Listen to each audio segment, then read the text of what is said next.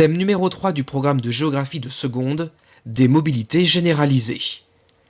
La notion centrale de ce thème, la mobilité, est une notion très générale qui correspond à l'ensemble des changements de lieu accomplis par des personnes. Nos journées sont pleines de mobilité, du lycée à notre domicile, de la salle de sport à la boulangerie, de la maison d'un ami au City Park, etc. À l'échelle mondiale, les mobilités sont de plus en plus nombreuses, concernent de plus en plus de personnes pour des motifs et des destinations toujours plus variés. Ces mobilités peuvent être subies ou choisies à l'intérieur d'un pays ou entre différents pays sur une période très longue, ce qu'on appellera les migrations, ou sur des périodes plus courtes et à des fins récréatives, ce qu'on appellera le tourisme. Comme les mobilités sont de plus en plus nombreuses, elles nécessitent des aménagements toujours plus importants.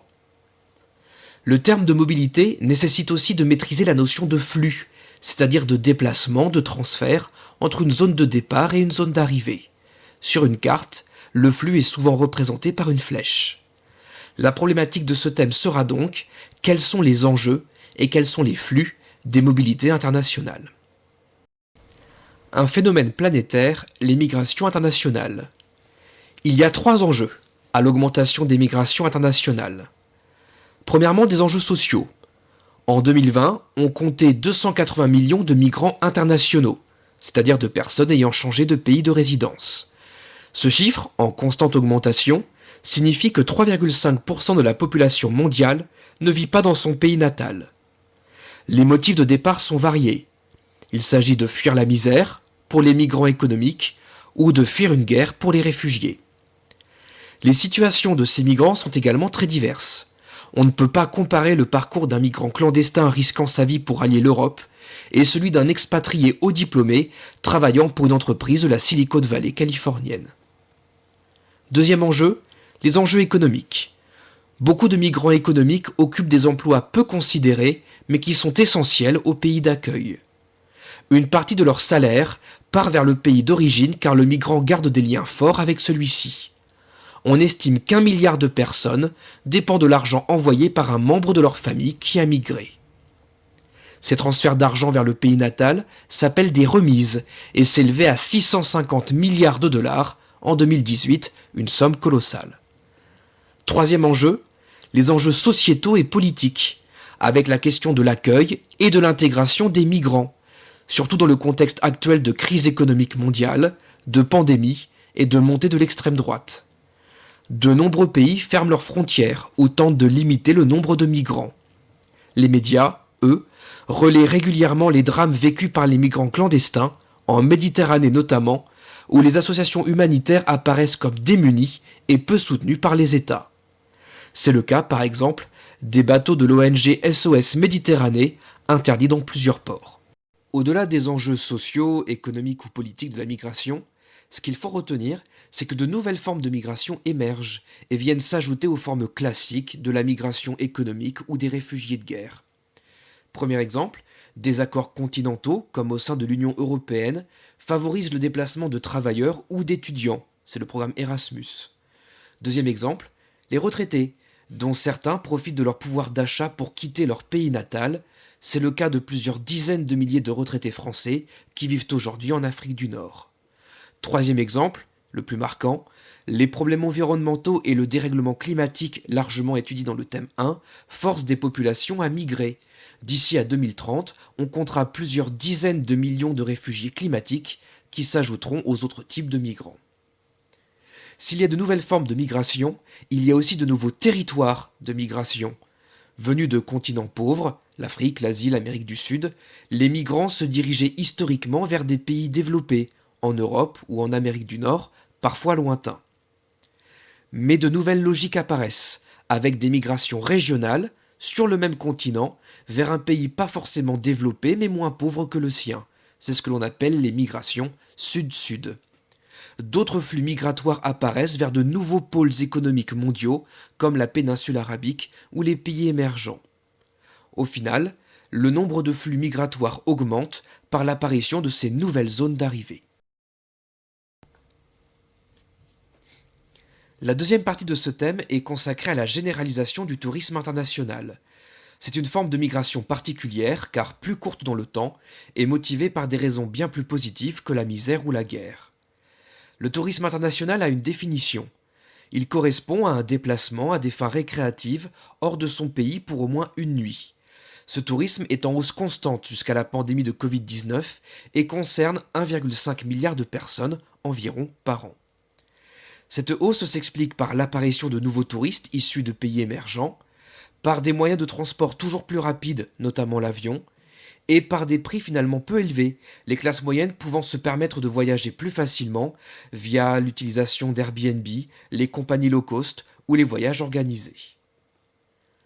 Comme l'émigration, le tourisme international se diffuse vers de nouveaux espaces.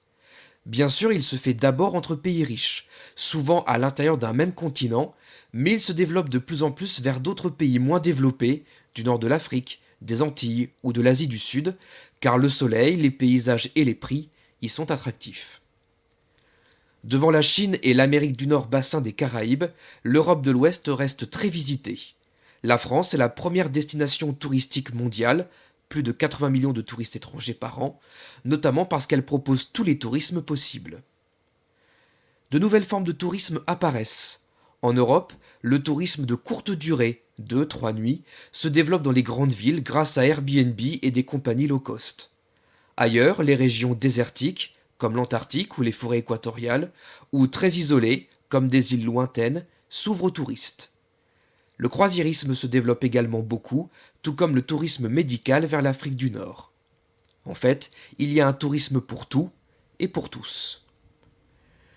Ce tourisme a un fort impact sur les territoires. Il rapporte beaucoup d'argent, plus de 1300 milliards de dollars par an, crée des emplois et donne une image positive, ce qui encourage à investir dans ce secteur, comme le fait Dubaï aux Émirats arabes unis. Certains pays dépendent énormément du tourisme, comme on l'a vu avec les différentes stratégies de maintien d'ouverture des frontières durant la pandémie de Covid-19. Mais il y a un revers de la médaille, et les petits employés ou les régions reculées ne profitent pas de cet enrichissement. Par ailleurs, le tourisme peut entraîner une forte dégradation de l'environnement. Certains territoires, comme l'île de Santorin en Grèce ou Venise en Italie, sont obligés de prendre des mesures fortes pour protéger leurs paysages fragiles et leurs atouts. Sur ces territoires touristiques, on parle de surtourisme lorsque le nombre de touristes devient un problème. La troisième partie est centrée, comme toujours dans les programmes de géographie du lycée, sur la France. Ici, il n'est plus question de migration ou de tourisme international, mais d'étudier comment un pays développé aménage son territoire en fonction des mobilités. La France doit penser tout de même aux mobilités internationales, notamment via ses grandes gares ou ses aéroports comme Orly ou Roissy-Charles de Gaulle. Mais elle doit aussi veiller au développement des mobilités intérieures au territoire national, et ce à toutes les échelles. La France dispose de réseaux de transport performants, ses autoroutes, ses voies ferrées, mais qui sont très sollicités par des Français de plus en plus mobiles. On compte 177 millions de déplacements par jour, dont 80% se font en voiture. Les enjeux autour des transports sont donc multiples et différents selon les territoires. Dans les grandes villes, de plus en plus étendues et peuplées, il faut améliorer les transports et les diversifier sur un même lieu. C'est ce que l'on appelle la multimodalité ou le passage facile du train au bus, au vélo, etc. Mais il faut aussi repenser les transports pour protéger l'environnement et favoriser la transition écologique. Certaines communes ont donc mis en place des transports gratuits ou se dirigent vers des réseaux de transport en commun électriques. Mais il faut aussi équilibrer ces transports entre aménagements très coûteux dans les grandes villes et fermeture de lignes peu rentables dans les campagnes, mais qui aggravent l'isolement et les inégalités territoriales. Alors, que faut-il retenir pour ce thème 3 du programme de géographie de seconde?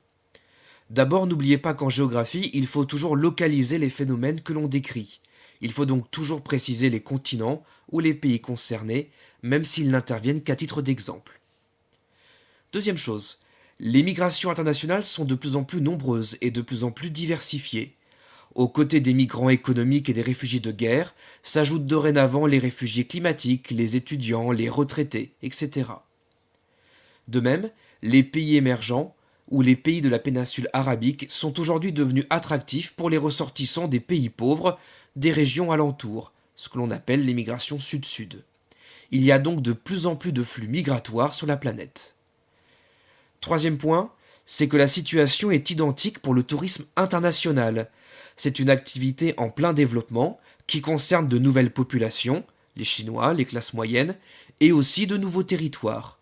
Tout espace sur Terre est potentiellement un espace de tourisme. Mais si l'apport économique du tourisme est indéniable, les problématiques sociales et environnementales qu'il soulève le sont tout autant.